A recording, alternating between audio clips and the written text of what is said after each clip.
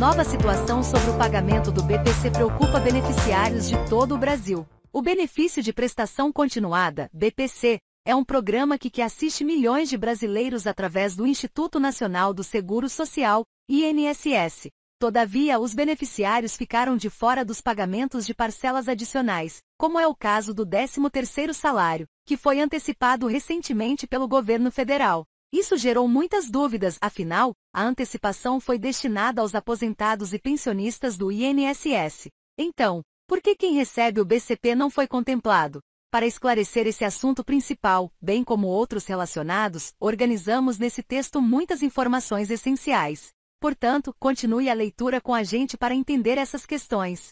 Por que os beneficiários do BPC não recebem a antecipação do 13º? Se você estava contando com esse valor extra e soube que não receberia por ser atendido pelo BPC, pode ter se frustrado muito.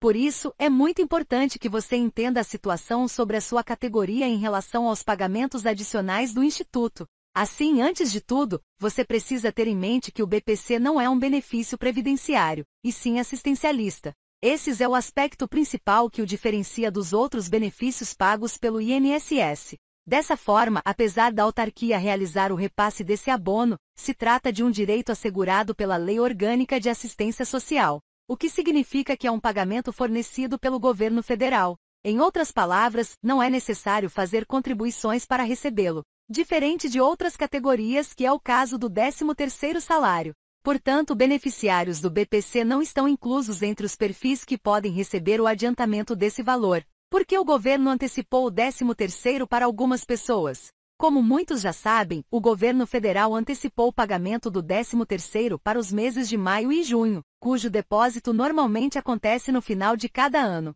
Os beneficiados com essa medida foram os aposentados e pensionistas do INSS. De forma direta, essa se trata de uma estratégia do governo para movimentar a economia. Na realidade, a antecipação desse abono vem acontecendo nos últimos 4 anos com o mesmo intuito.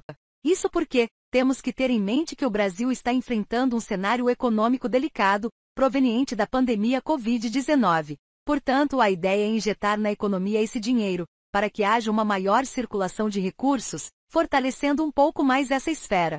Dito isso, confira as categorias que estão inclusas no recebimento desse adiantamento. Os beneficiários que têm direito ao 13º salário do INSS incluem aposentados do INSS, pessoas que contribuíram para a Previdência Social e se aposentaram, seja por idade, tempo de contribuição ou aposentadoria por invalidez. Pensionistas, indivíduos que recebem pensão por morte de um segurado do INSS, como cônjuge, filhos menores de idade ou dependentes.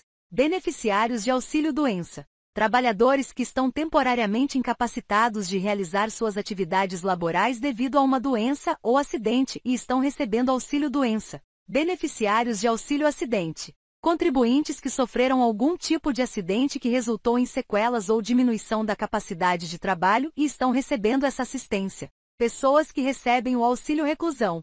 Famílias de segurados do INSS que estão presos em regime fechado ou semiaberto, desde que a pessoa presa seja responsável pelo sustento da família. Beneficiárias de salário maternidade. Mulheres que estão afastadas do trabalho devido à maternidade, seja por parto ou adoção, e estão recebendo esse auxílio financeiro. Agora que já esclarecemos essa questão principal, se você tem interesse em solicitar o Benefício de Prestação Continuada, BPC, confira quem pode requisitar e outras informações importantes sobre esse benefício. Direito ao Benefício de Prestação Continuada, BPC. Quem pode recebê-lo? Resumidamente, se trata de um auxílio financeiro destinado a idosos e pessoas com deficiência que possuem baixa renda. Essa ajuda é essencial para assegurar a dignidade e a subsistência dessas pessoas. Para ser elegível ao benefício, é necessário comprovar que a renda mensal per capita do solicitante é de até 1/4 do salário mínimo. No caso das pessoas com deficiência, além do critério de renda, é exigido um exame médico realizado pela perícia do Instituto Nacional do Seguro Social, INSS. Esse exame visa avaliar a natureza e o grau da deficiência, bem como sua relação com a capacidade de trabalho do requerente. É fundamental que esse processo seja conduzido de forma justa e imparcial, levando em consideração todas as necessidades e limitações da pessoa com deficiência.